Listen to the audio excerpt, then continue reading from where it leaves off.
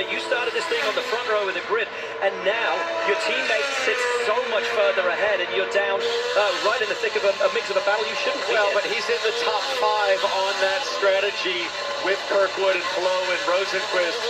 And I think one of the things that Colton Herta has been so great at is keeping his cool over the last couple of years, not having a meltdown on the radio or behind the wheel. As we ride on board, Colton Herta makes some adjustments to his brake bias knob.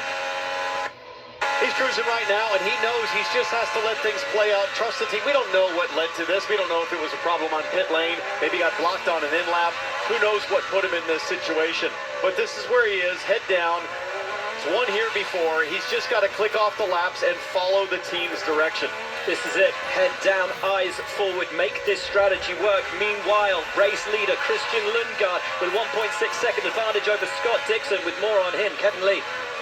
Comfortable, so that is what positive for Lundgaard. And remember, this is a brand new car. He could have started up near the front in the Firestone Fast 6, but he crashed in qualifying, and they had to go to a spare tub today. So he's learning that car, but he said it feels the same. But just in general, he's still adjusting. He said the car feels very different than what he had at Ray Hall and Lanigan.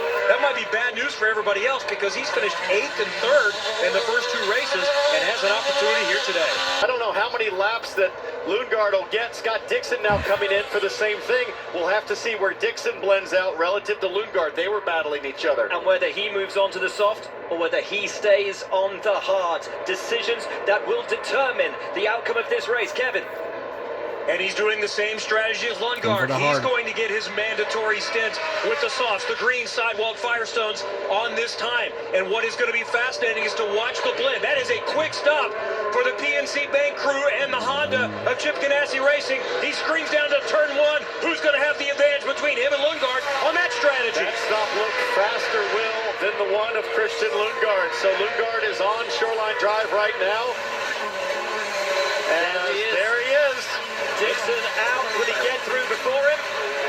It's going to be tight. And Lundgaard just keeps the position.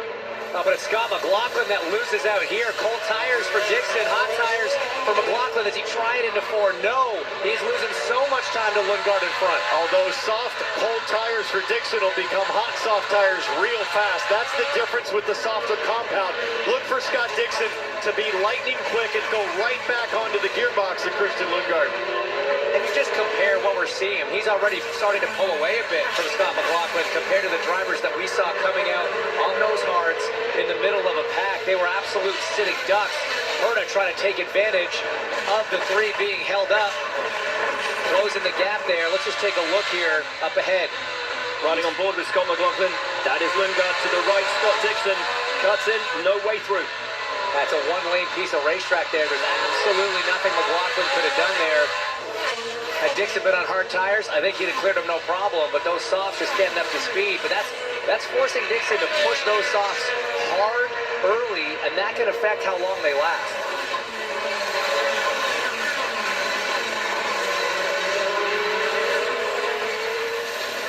Body language of the cars is going to be fascinating over these laps.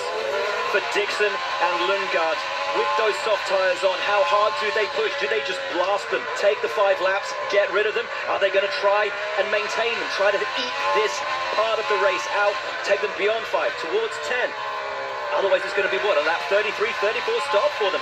Let's take a look at Carl Kirkwood.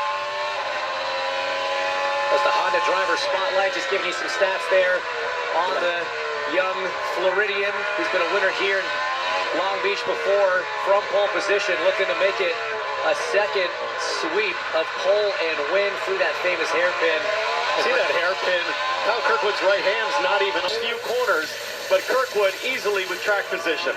Yeah, that's a big advantage to Kyle right now. It shows you that overcut approach, going that little bit longer, that 1 lap longer, can really gain you some time, because I know he's still getting up to speed, but that's a big gap down. So that's there was a nice little move. bobble on the pit stop for Alex Palou that we saw on one of the front tires. Maybe.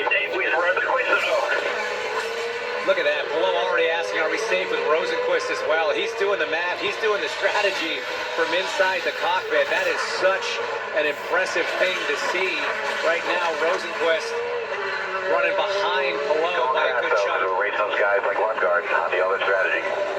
Barry Wanzer reminding him there's other players in this race today. Christian Lundgaard's done such a great job with that alternate strategy today, running long on the hard tires. And how is his lap time? A 110.7.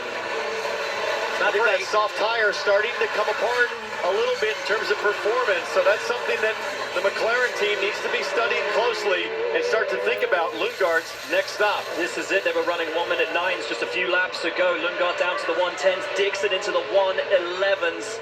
How much longer can they make those soft tires last? Here we are on board with Christian Lundgaard on those soft tires. Take a look.